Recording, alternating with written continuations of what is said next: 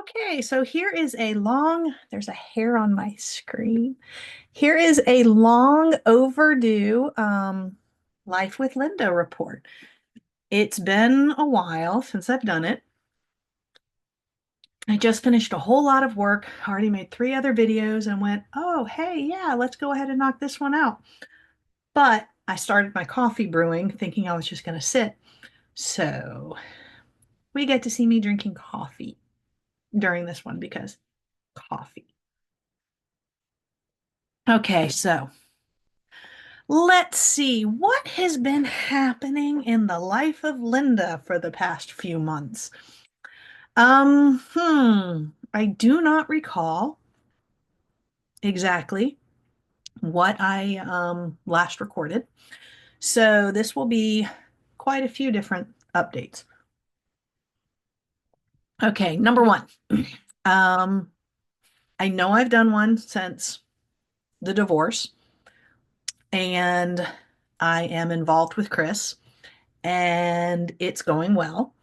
And I'm learning just how messed up I've been and how crappy all my previous relationships have been, which is kind of funny, but kind of sad at the same time. A lot of times I find myself talking about these things with the kids. So I've had quite a few times where I'm sitting there talking with the kids, and then I'm just like, wow, I don't know how to deal with this. They're like, what?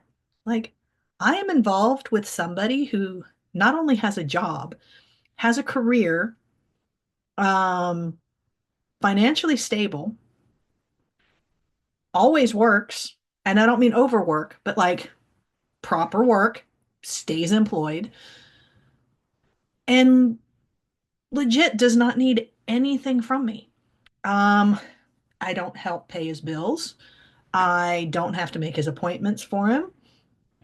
Um, I don't have to get more jobs to help him. And I don't know what to do.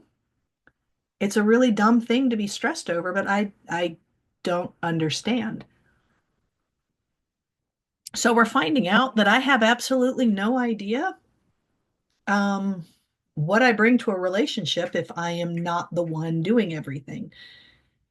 And that's taking some effort.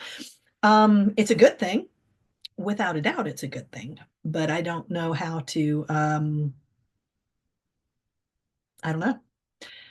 I keep having random moments where I want to run because I feel like there's no way somebody could actually want me to be there if I'm not doing everything for them. But it's not that I want to do everything for somebody. It's just that's always been my role for pretty much as long as I can remember. And so this is a whole lot of learning how to unlearn, if that makes sense. I'm having to figure out what else I have to offer when it's not, I don't know, I guess when I'm not being used would be the right way to put it. And so I keep having moments where um, basically I assume I'm making everything up. I will think it's all my imagination, that there's no way somebody would actually want me around if I'm not really doing anything. And I have talked to him about this. That's one of the things I made myself so many promises with this one that I'm going to do it right, that there will be 100% communication. If something bothers me, I say it. It might take me a while, but I will actually cover that something's bothering me. Um, so all of my craziness and my insecurities, I actually bring up and we talk about. And every time I bring this one up, because it's been quite a few times, he basically says that I bring a lot, that it's me that I bring. And I honestly want to cry for that one because it's pretty much the first time in my life that I felt like maybe I am enough just me. but my brain can't comprehend it. And so I am having a nonstop um, battle with my own brain, but I'm trying to go with it. Um, we keep talking about moving, like out of the country, mainly because of the state of the country right now. Um, I could do an entire video just on what's happening here. It's bothering me tremendously. I've been teaching political science this term, and it's been both a blessing and a curse. Blessing because I have an outlet, and for every day in class is every Monday and Wednesday. We cover some stuff, and then literally I just open up news articles and we discuss all of it. And I have an outlet of, oh my God, can you believe this? And trying to educate and point out this is not constitutional. This goes against the entire way that our country was made and things like that. But it's also a curse because to do this, I read so much and it's kind of destroying me a bit what's happening because where a lot of people might not understand how much I love my country because of how much I'm saying. That's why it bothers me so much is because my dad's family, my dad came to the States during World War II, and I was raised hearing about how bad it was, how hard it was, and what a wonderful country this is because they took them in. And every time I would visit my grandparents, they would always give me something that has the American flag on it because it just meant that much to them. And with what's been going on here, hello, Tweak. Come on, come on. There you go. I'm at Chris's, by the way. This is Tweak. Um, but with everything that's been going on, I've been saying that I'm actually glad that my grandparents and my dad are dead because I don't think they could have handled what's happening here. I'm watching as Iowa has just recently passed legislation to remove discrimination laws against trans people. And on the overall front, this bothers me because that's not okay. People are people and you need to protect people. On the more personal and selfish front, I have a trans daughter and I'm looking at the country we live in getting worse and worse for her survival. And I don't know how to fight this, and I fight everything. And so I educate myself more because that's what I do, which then puts me into a spiral where I start to feel hopeless and just want to scream and cry and just educate. And I was telling my class that that's what I figured. That's the only way I know how to fight right now is to just educate and say, look at this, look at this, look at this. This is not okay. And so it's hard. I've never lived away from my kids ever. And I'm considering leaving. One part for my own sanity,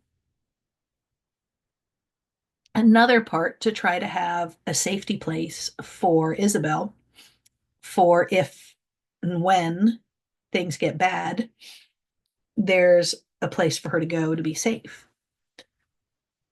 But Pax would stay here. He's got the house. We love our house. And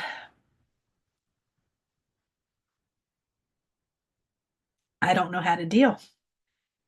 because every ounce of me wants to run because I see the shape and the direction my country's going in, and it appalls me and disgusts me.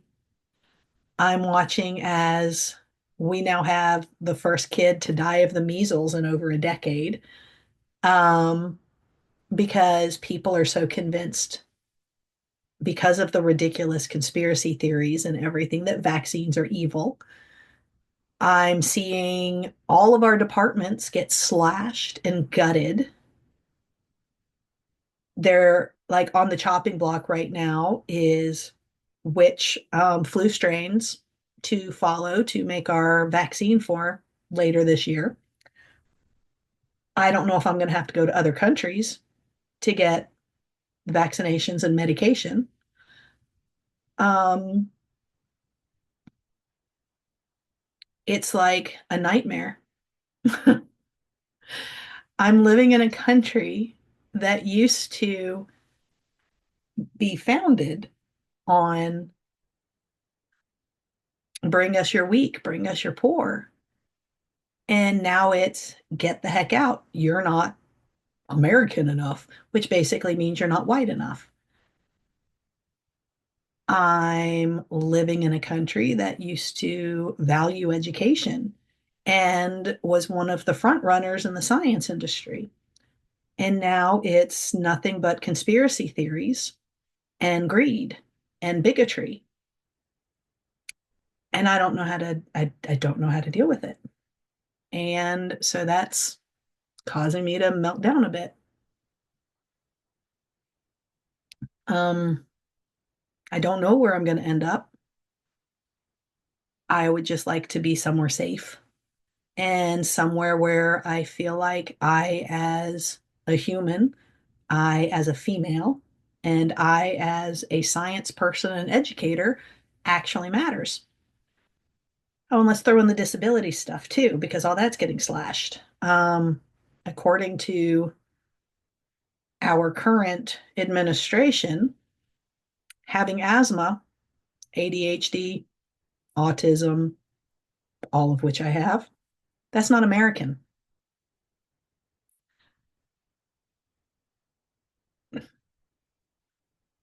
It's really weird when you love your country so much and you're flipping terrified of your country. And so you need, you know, oh, that's enough on that because I really didn't mean to start talking about that. But clearly, that's one of the main things. Then we have my mom.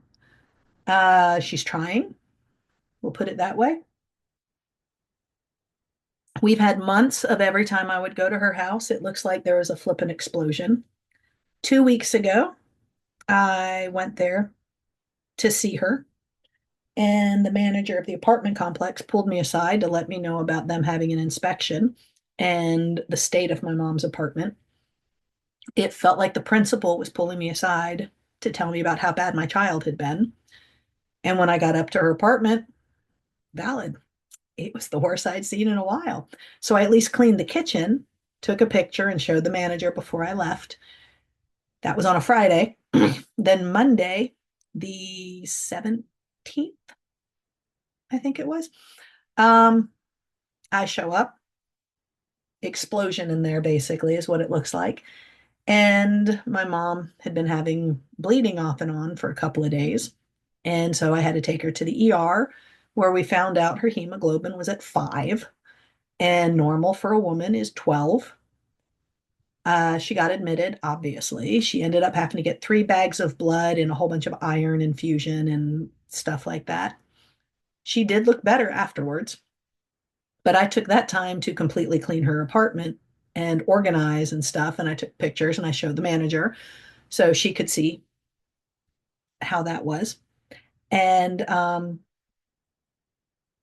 got my mom out of the hospital, but she had to stay an extra day because the day, oh, it was so crazy. The day that I was supposed to pick her up was a Thursday. Um, Not this past Thursday, but the one before. And it was, yes, I'm going to get out. Well, now they're going to do the iron infusion. We don't know how long it's going to take. So now I'm probably going to stay. Oh, no, I am leaving. So you can pick me up. In the meantime, Pax and I went for lunch Come out, and I notice my tires are low. I have an air thingy in my car, and the rear tire was at 11.5 and it should be 32. And I find a screw. Fast forward, repair kit didn't work. Thought it patched. It was still losing air. Then I found a nail in the front tire, pointed out to Pax that there was something called feathering on the sides of the tires, and that I was going to need new tires at some point. And I made a joke about seeing about asking people to just give me tires for my birthday. Find a car place or a tire place to bring the car to, hoping I can just repair the two tires because I haven't been paid since the end of December. Because GMC, my main job, changed how they pay. And so instead of getting paid at the end of January for the term that started January 8th, I keep hearing things. I think it's just the cats.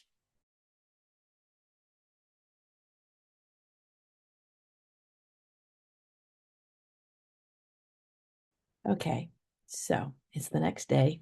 I'm trying to finish. Um, got interrupted a couple of times and then just stopped. Have not reviewed what it is that I had already talked about. Pretty much remember, and I think I was in the midst of the car drama. So, um, the day I'm supposed to pick my mom up from the hospital, discover there's a screw in the back tire, a nail in the front tire. I notice what's called feathering around the edges of the tires. Made a crack to Kitty's trying to come across. Um, Come on, Katniss, feel free. There you go. There you go. Keep going. Keep going. All right. So that's Katniss. And you don't know what a big deal it is for her to be this close to me because she's a shy kitty, right? But she's willing to be here, but I'd rather you not keep walking across it. She's like, I don't care. I'm going to walk across it anyway. Here, let me move it for you. How's that? Is that better? I guess that's better. Yeah. Anyway, um, the feathering on the tires. I made a crack to Pax about maybe I could tell everybody for my birthday I wanted new tires.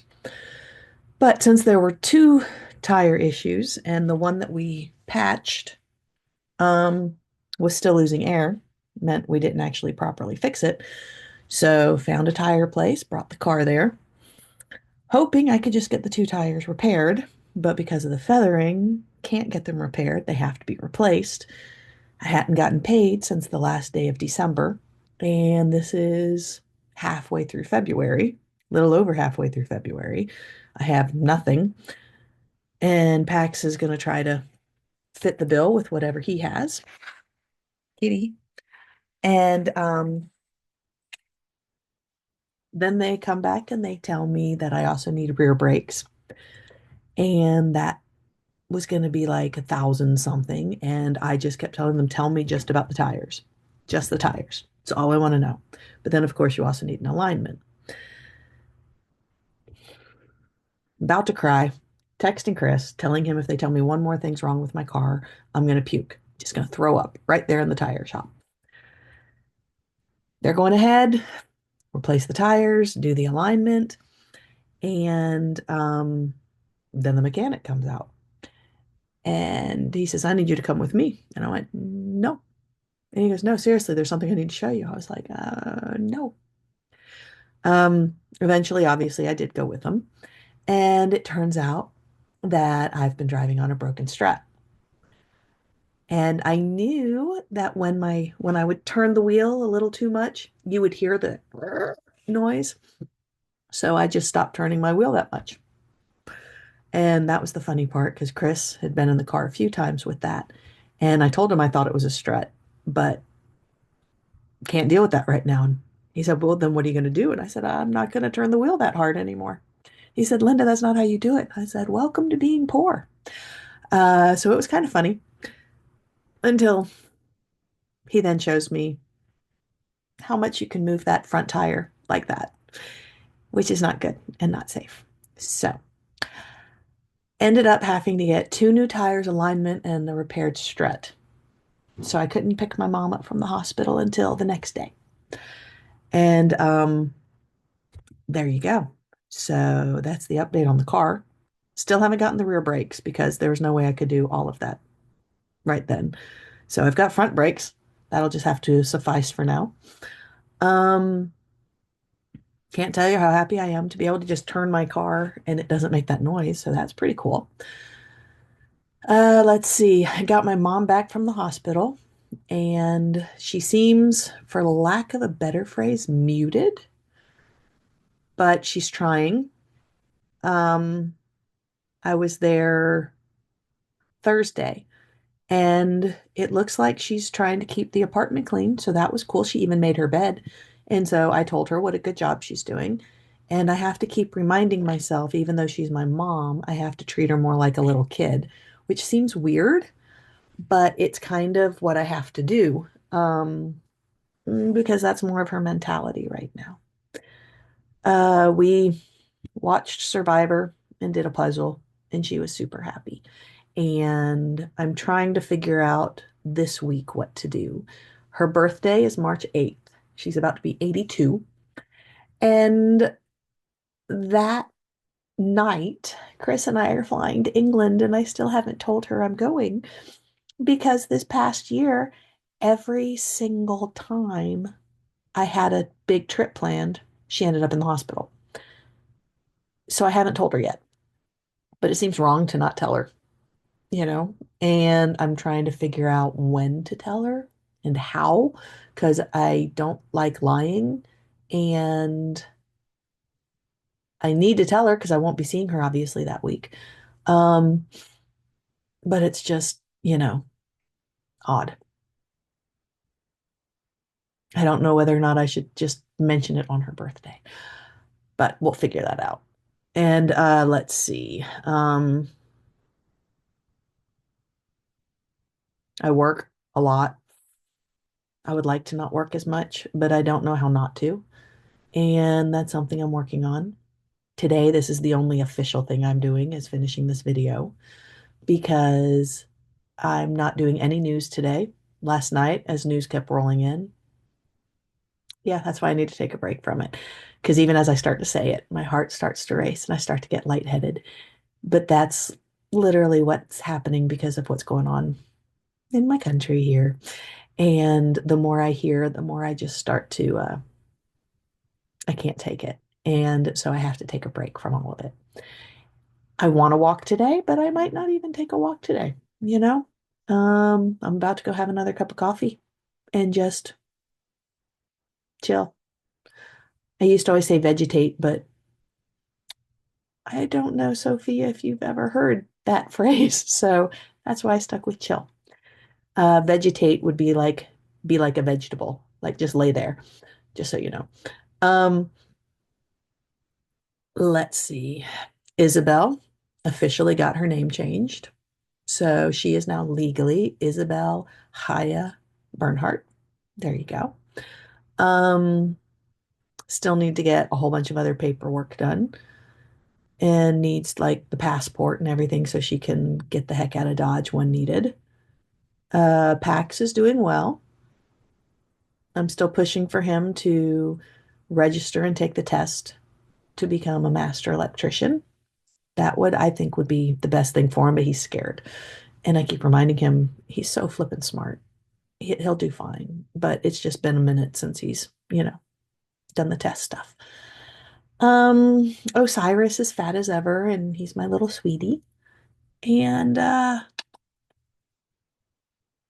think that's most of the updates. Pretty sure I'm forgetting stuff.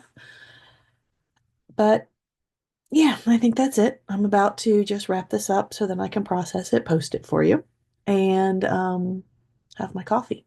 But until then, let's go say hi to Katniss, right? Because Katniss likes me now. And I have proof Katniss likes me now. Yeah. And that makes me very happy. Tweak's behind me too. Let's see. Can you see Tweak? There's Tweak. There you go. So at least you've seen two of the kitties. All right. I guess that's it. So, peace.